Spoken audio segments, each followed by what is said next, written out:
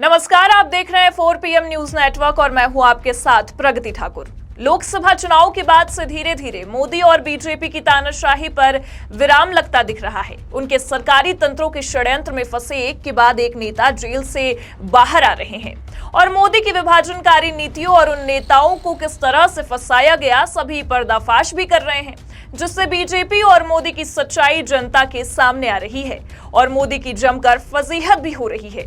आपको बता दें कि मोदी सत्ता में बने रहने के लिए किस हद तक जा सकते हैं, इसका अंदाजा दिल्ली की सत्ता में काबिज आम आदमी पार्टी के नेताओं को एक के बाद एक जेल में भेजने से लगाया जा सकता है। वहीं जिस तरह से भाजपा सरकार में सरकारी तंत्रों का दुरुपयोग हुआ है, इतना किसी अन्य सरकारों में नहीं हुआ।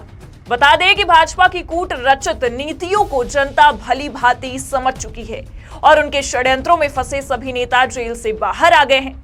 वहीं जेल से बाहर आने के बाद नेता मोदी की सभी करतूतों को जनता के सामने उजागर कर रहे हैं। बता दें कि इसी कड़ी में दिल्ली के पूर्व स्वास्थ्य मंत्री सत्येंद्र जैन को कोर्ट से जमानत मिल गई है। जेल से बाहर आने के बाद सत्येंद्र जैन ने मीडिया से बातचीत के दौरान केंद्र की बीजेपी सरकार पर निशाना साधा है और उन्होंने कहा है कि अत्याचार चल रहा है, जैसे अंग्रेजों का राज था वो भी दोबारा लौट कर आता हुआ नजर आ रहा है। देश की सरकारों में काम करने का कंपटीशन होना चाहिए, लेकिन यहाँ ऐसा नहीं है। बीजेपी के लोग कहते हैं तुम्हें काम नहीं करने देंगे।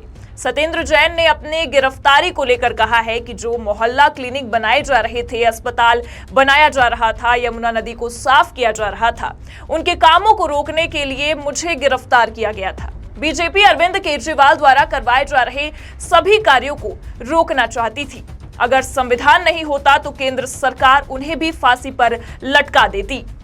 आपको बता दें कि आम आदमी पार्टी के नेता और दिल्ली सरकार के पूर्व मंत्री सत्येंद्र जैन को दिल्ली की एक अदालत ने शुक्रवार को जमानत दे दी है और उन्हें मनी लॉन्ड्रिंग से जुड़े एक मामले में प्रवर्तन निदेशालय ने मई 2022 में गिरफ्तार किया था। अदालत ने सत्येंद्र जैन को जमानत देते हुए ट्रायल में देरी और लंबे समय से कैद में होना उल्लेख किया है। हालांकि ईडी ने अदालत में उनकी जमानत का विरोध किया और कहा कि अगर उन्हें जमानत दी गई तो वो गवाहों को प्रभावित कर सकते हैं। सत्येंद्र जैन ने जमानत मिलने पर सत्यमेव जयते कहा है। वहीं आम आदमी पार्टी ने अदालत के फैसले की सराहना भी की है और इसे सत्य की जीत और बीजेपी की एक और साजिश की हार बताया है। वहीं भारतीय जनता पार्टी ने कहा है कि सत्येंद्र जैन को सिर्फ जमानत मिली है, मुकदमा खारिज नहीं हुआ है, मुकदमा अभी चलेगा। वहीं जेल से बाहर आने के बाद सत्येंद्र जैन ने कहा है कि अरविंद केजरीवाल, मनीष सिसोदिया, संजय सिंह और अब मैं भी बाहर आ गया हूं। हम सारे के सारे काम पूरे करके दिखाएंगे। और उन्होंने कहा है कि मैं 24 घंटे यमुना नदी को साफ करने के लिए काम कर रहा था, उस काम को रोकने के लिए मुझे गिरफ्तार किया गया।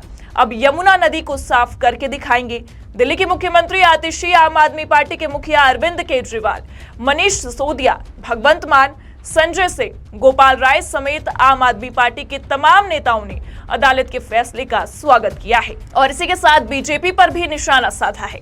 वहीं सत्येंद्र जैन की बेटी श्रेया जैन ने कहा है कि इस साल दिवाली हमारे लिए जल्दी आ गई है और उन्होंने कहा है कि हमें हमेशा से पता था कि ऐसा होगा, ये बस समय की बात है।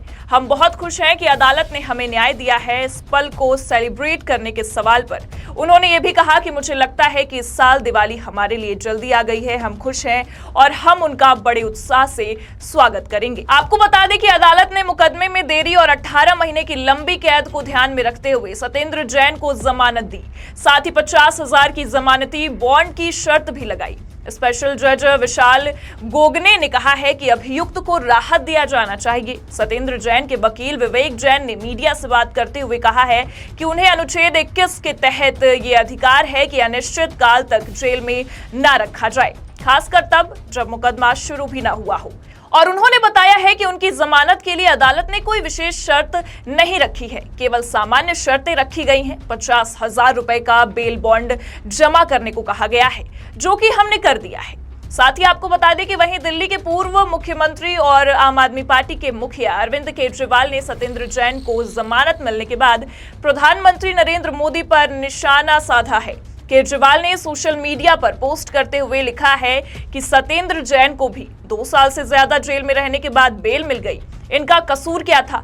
इनके यहाँ कई बार रेड हुई है, एक पैसा भी नहीं मिला और उन्होंने ये भी कहा है कि इनका कसूर सिर्फ इतना था कि इन्होंने मोहल्ला क्लिनिक बनाए और दिल्ली के सभी लोगों का पूरा इलाज मुफ्त कर दिया। मोहल्ला क्लिनिक बंद करने के लिए और गरीबों का फ्री इलाज रोकने के लिए मोदी जी ने इन्हें जेल में डाल दिया, लेकिन भगवान हमारे साथ है, आज ये भी रिहा हो गए। वहीं दिल्ली के मुख्यमंत्री आतिशी ने भी एक्स पर सत्यमेव जयते लिखा। वहीं मनीष सिसोदिया ने कहा है कि मुझे बहुत खुशी है कि सत्येंद्र जैन जी को जमानत मिल गई है। वो मोहल्ला क्लिनिक क्रांति के जनक हैं। सरकारी हेल्थ सिस्टम को उन्होंने बेहतर करके दिखाया है। साथ ही आपको बता दें कि उन्होंने ये भी कहा है कि सत्येंद्र जैन ने दिल्ली वालों के लिए शानदार सरकारी अस्पताल बनवाए हैं। इससे परेशान होकर बीजेपी ने उनको गिरफ्तार करके साजिशन जेल भिजवा दिया। उन्हें षड्यंत्र के तहत जेल में डाल दिया गया। मनीष सिसोदिया ने कहा है कि आज बीजेपी की साजिश का पर्दाफाश हो गया है।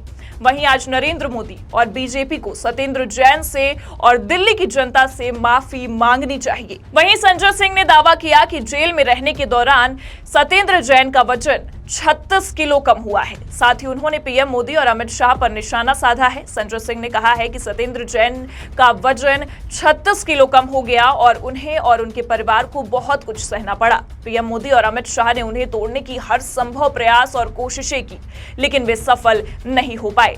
मोदी जी और बीजेपी वाले कितने भी मुकदमे लिख ले और जेल में डाल ले, लेकिन केजरीवाल जी के सिपाहियों को तोड़ नहीं सकते हैं।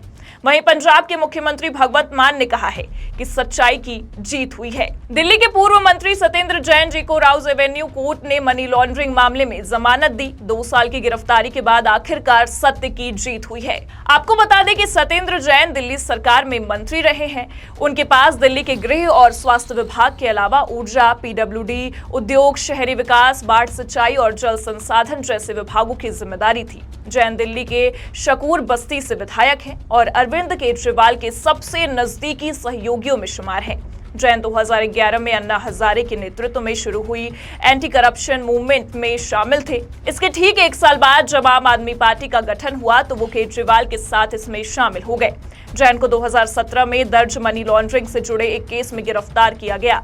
ईडी ने भ्रष्टाचार निरोधक कानून के तहत उनके खिलाफ मामला भी दर्ज किया था। उनके खिलाफ 4 कंपनियों के जरिए पैसे के अवैध लेन देन का आरोप है। वहीं जैन और आम आदमी पार्टी का यह कहना है कि वो 2013 में इन कंपनियों से अलग हो गए थे। उसके बाद इन कंपनियों की गतिविधियों के बारे में उन्हें कुछ भी नहीं पता है।